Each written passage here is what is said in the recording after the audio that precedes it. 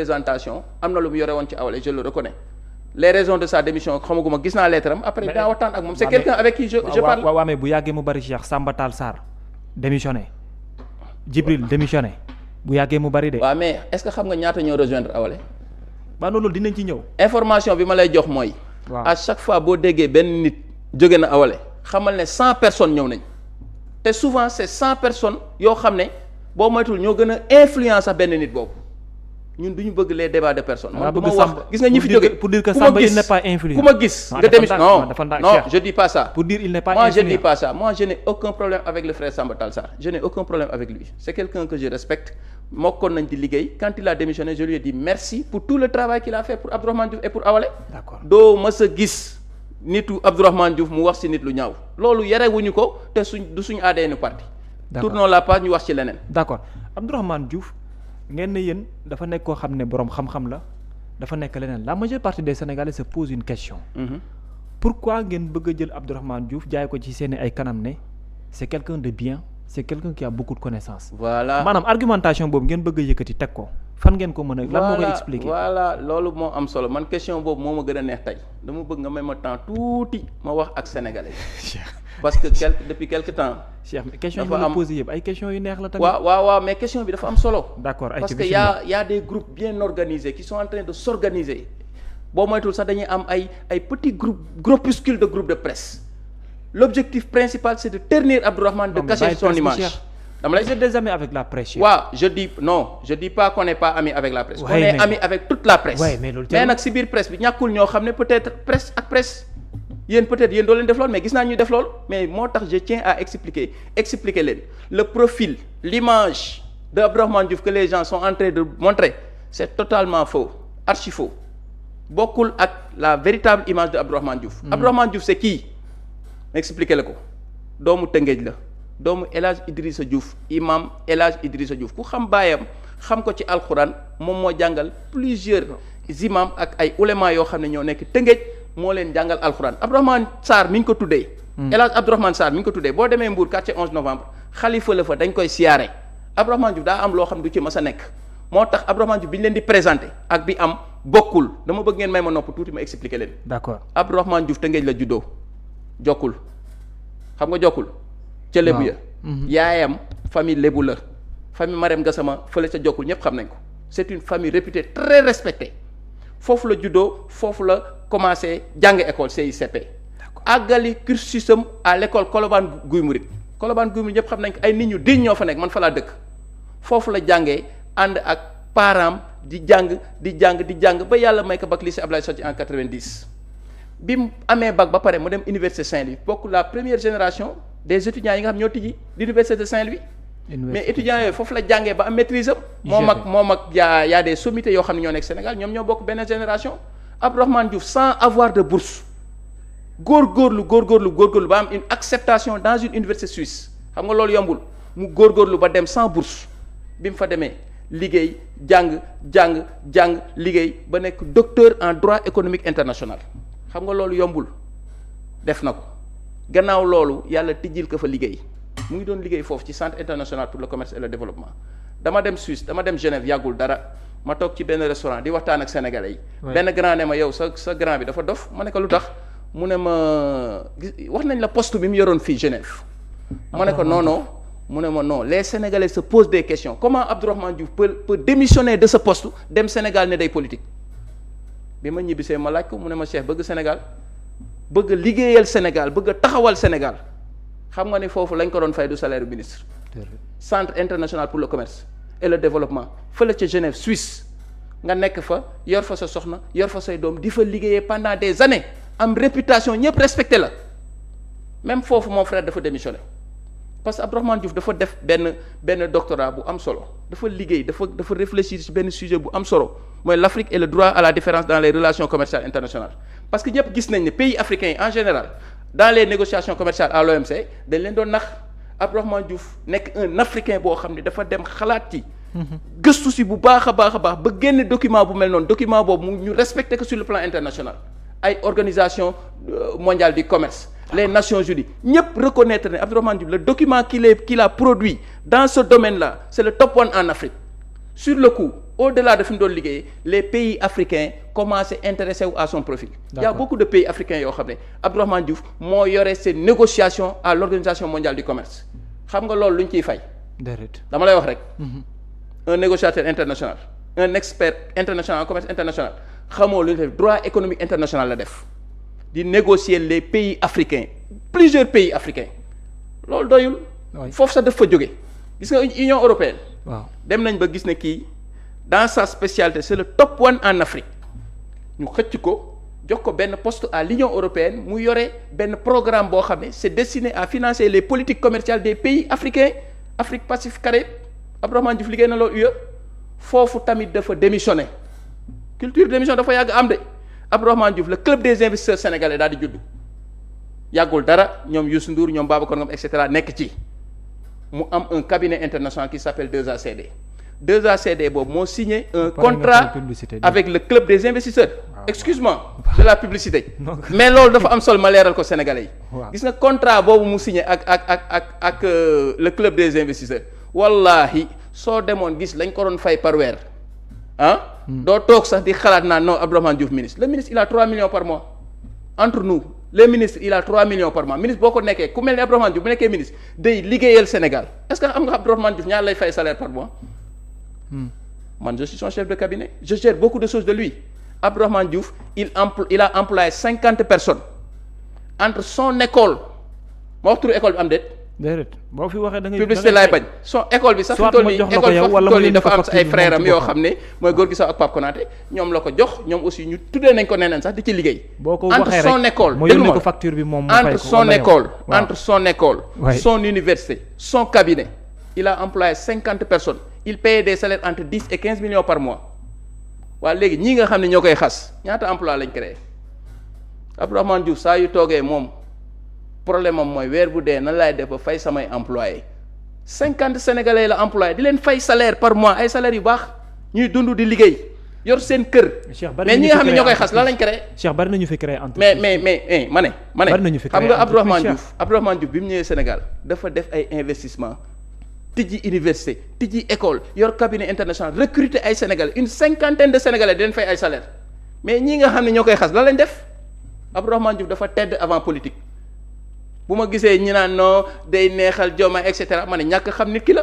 parce que Abdourahmane Diouf soxlawul salaire u ministre bi soxlawu ko entre nous le salaire du ministre ne peut pas faire vivre Abdourahmane Diouf Suisse la nekkoon Suisse la dëkkoon Abdourahmane Diouf salaire u ministre wóor na yàlla laa la wallahi le connaissant salaire u ministre laa la mënu koo dundal da ko jël pour Sénégal da ko jël pour waa Awalé da ko jël pour tous les Sénégalais.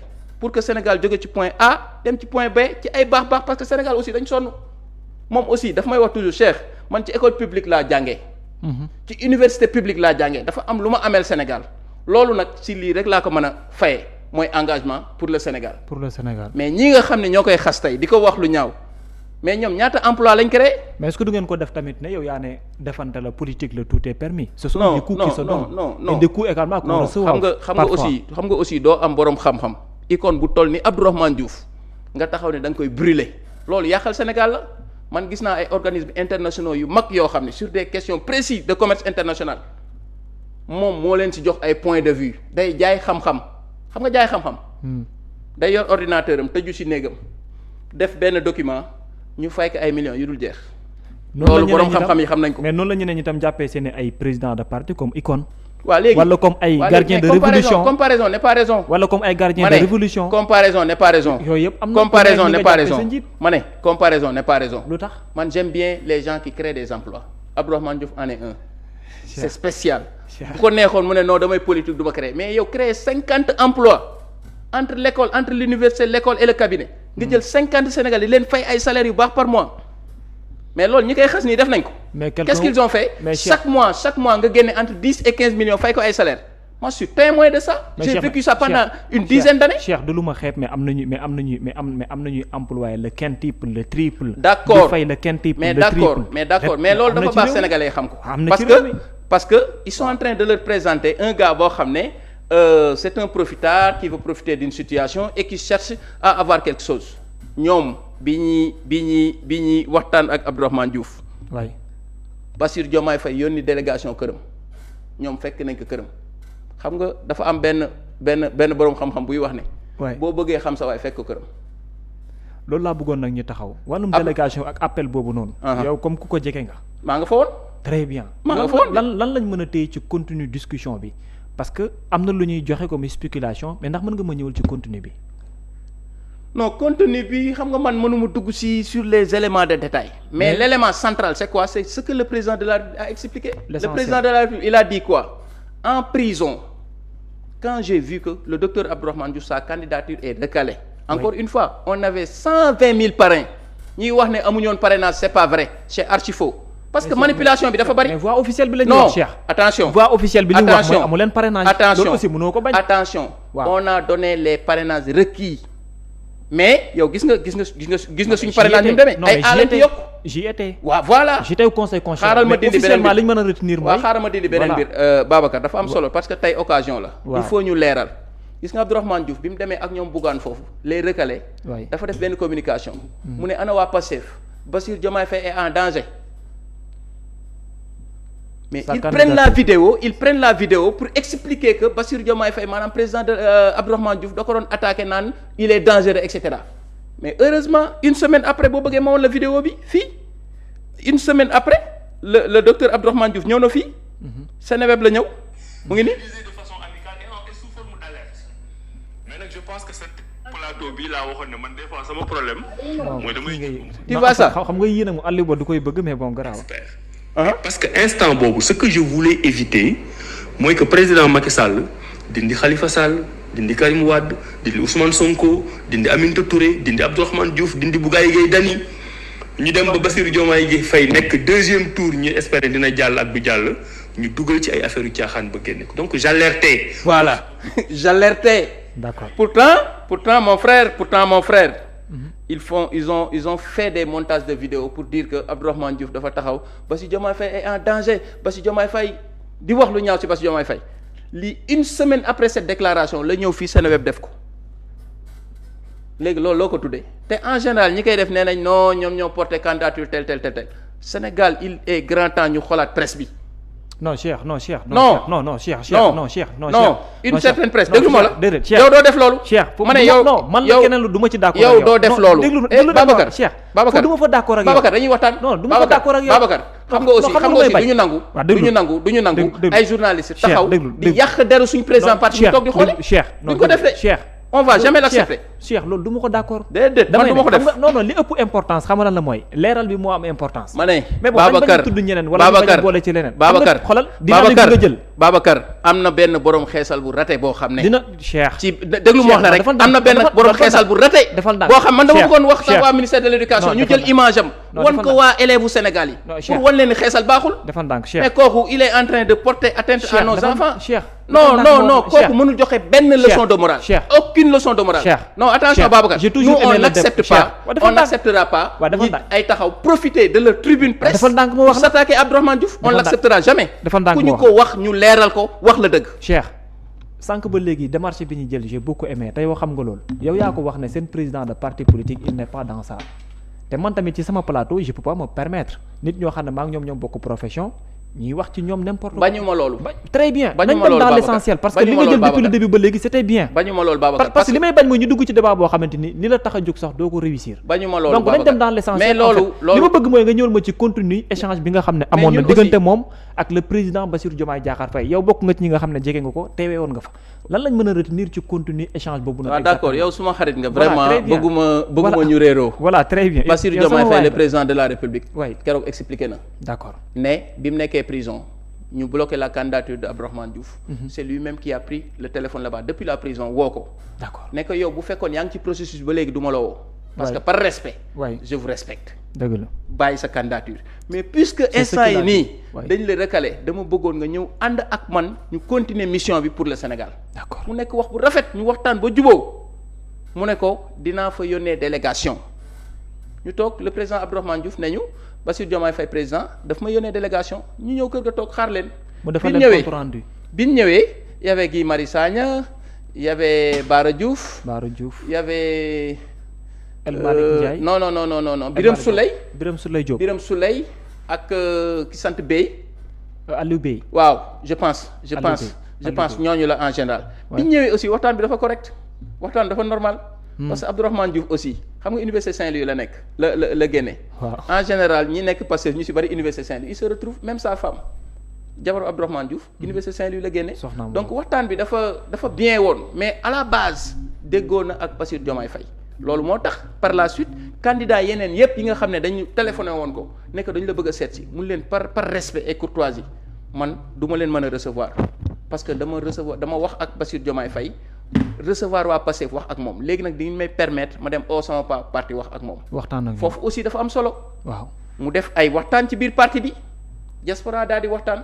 génne pourcentage.